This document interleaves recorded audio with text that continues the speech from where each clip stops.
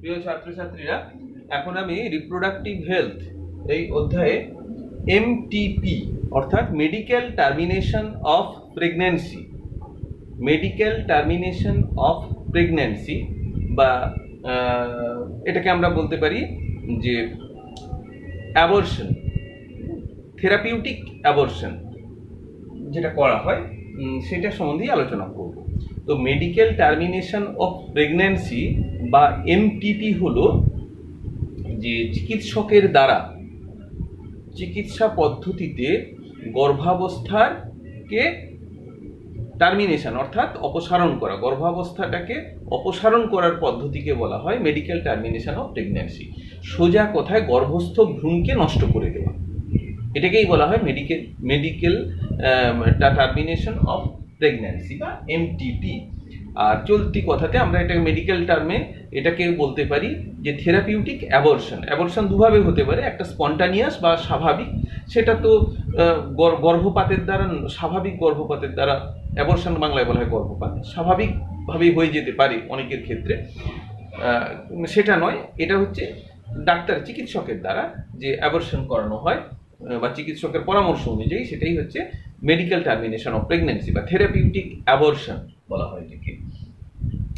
এখন এই অ্যাবর্শন করা হয় কেন, কি কি কারণে অ্যাবর্শন, বা আমরা যদি অ্যাবর্শন বলি আর এমটিপি বলি একই ব্যাপার, থেরাপিউটিক অ্যাবর্শন বা এমটিপি কি কি কারণে করানো হয় একটু দেখে নিই।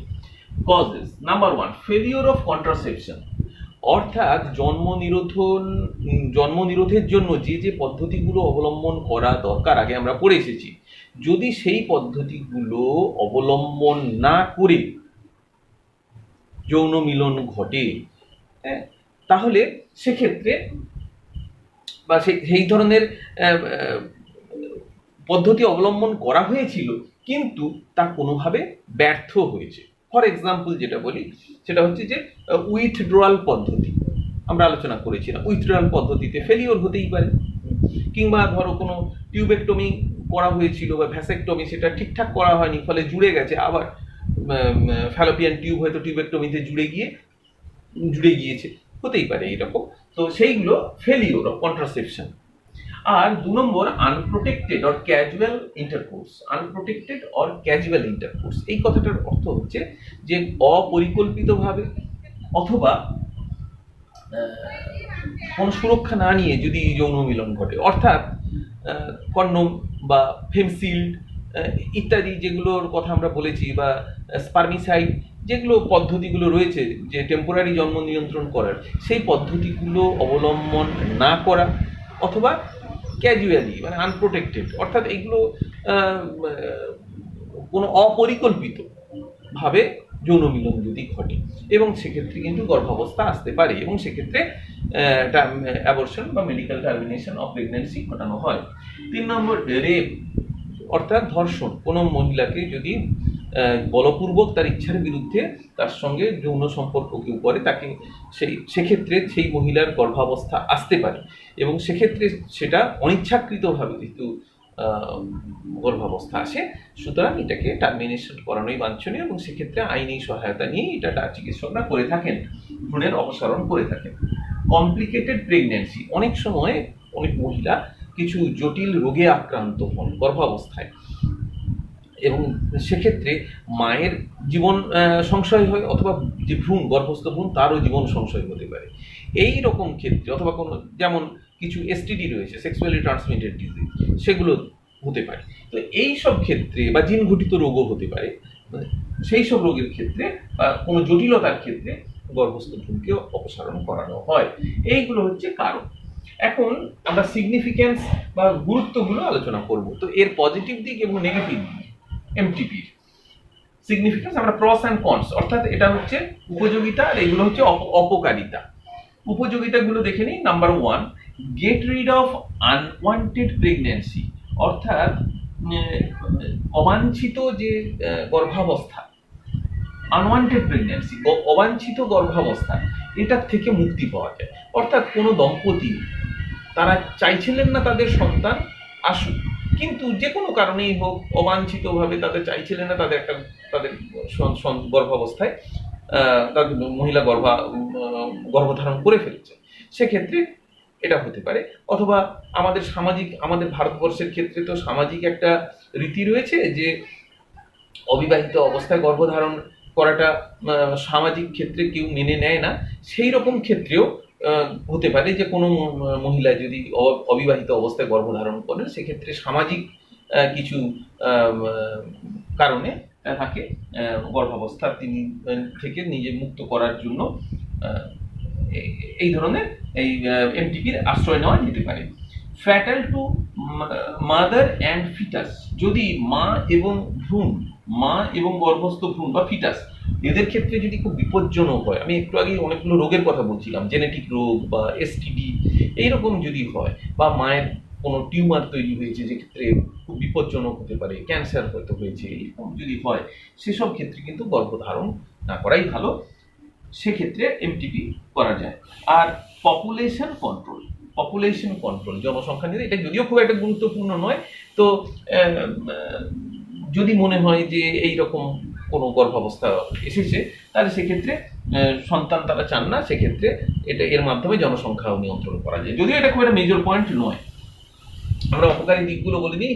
ফিমেল ফোর্টিসাইড অর্থাৎ কন্যা ভ্রূণ হত্যা, এইভাবে এমটিপির সাহায্যে, লিঙ্গ নির্ধারণের দ্বারা এমটিপির সাহায্যে কিন্তু কন্যা ভ্রূণকে হত্যা করা হচ্ছে। এটা একটা সামাজিক ভয়ানক অপরাধ।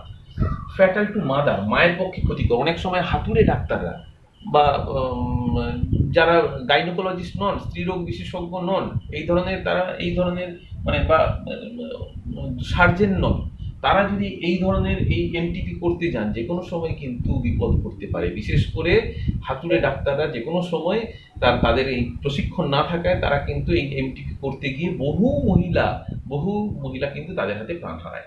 তো এটা খুব বিপজ্জনক।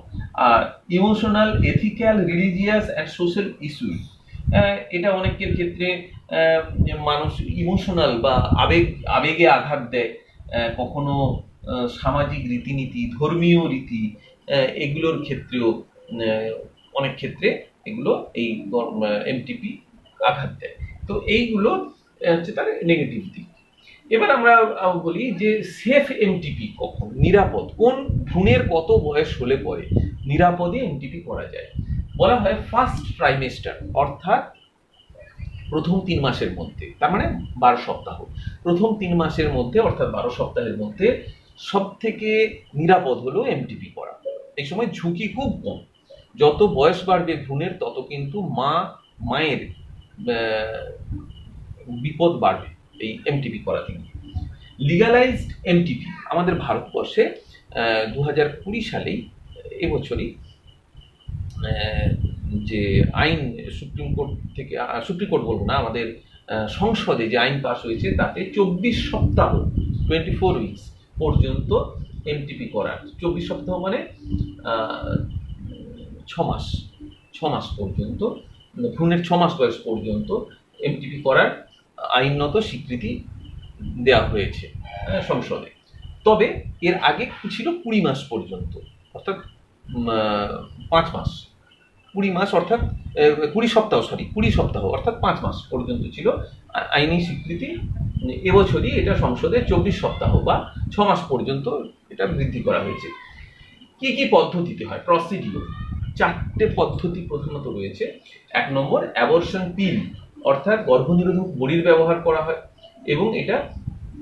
এবং প্রোস্টাগ্ল্যান্ডিন ইনজেকশন দেওয়া হয়। প্রোস্টাগ্ল্যান্ডিন হরমোন, এটা ইনজেকশন দিয়ে এটা করা যায় যখন কিনা ভ্রূণের বয়স 9 থেকে 10 সপ্তাহ। 9 থেকে 10 সপ্তাহ ভ্রূণের বয়সের ক্ষেত্রে গর্ভনিরোধক বড়ি এবং প্রোস্টাগ্ল্যান্ডিন ইনজেকশন দিয়ে এমটিপি করা যায়।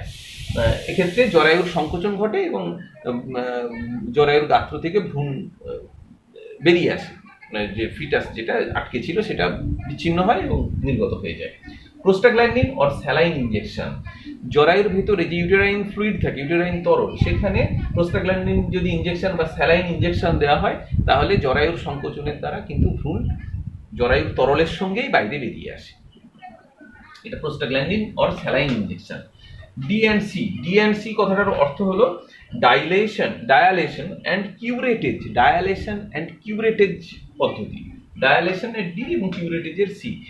আহ, এটা হলো এই পদ্ধতিটা সাধারণত 12 থেকে 16 সপ্তাহের ভ্রূণের ক্ষেত্রে করা হয়। 12 থেকে 16 সপ্তাহের ভ্রূণে ডায়ালেশন মানে হচ্ছে জরায়ু এবং সার্ভিক্স একে প্রসারিত করা হয়, হ্যাঁ, ডায়ালেটারের সাহায্যে। তাহলে ডায়ালেশন করা হলো, প্রসারিত করা হলো। কিউরেটেজ হচ্ছে এমন একটা যন্ত্র যার সাহায্যে জরায়ুর গা থেকে ভ্রূণটাকে চেঁচে বা তুলে আনা হয়, চেঁচে তুলে আনা হয় কিউরেটেজ পদ্ধতিতে, কিউরেটেজ যন্ত্রের সাহায্যে চেঁচে তুলে আনা হয়। এটা হচ্ছে ডায়ালেশন অ্যান্ড কিউরেটেজ। এক্ষেত্রে অবশ্য অ্যানাস্থেসিয়া করা হয়, লোকাল বা হোল বডি, অর্থাৎ অজ্ঞান করা হয় পুরো দেহকে, অথবা স্থানীয় ভিত্তিতে ওই জরায়ুর অংশ বা নিম্নাঙ্গটাকে অসাড় করে দিয়ে এটা এই পদ্ধতিতে করা হয়, dilation and curettage. Vacuum aspiration, vacuum aspiration সাধারণত 12 সপ্তাহের মধ্যে যদি ভ্রূণের বয়স হয় তাহলে ভ্যাকুয়াম অ্যাসপিরেশন করা হয়। এক্ষেত্রেও অ্যানাস্থেসিয়া করা হয়, অর্থাৎ লোকাল অ্যানাস্থেসিয়া, নিম্নাঙ্গকে সাধারণত অসাড় করে দিয়ে এটা করা হয়।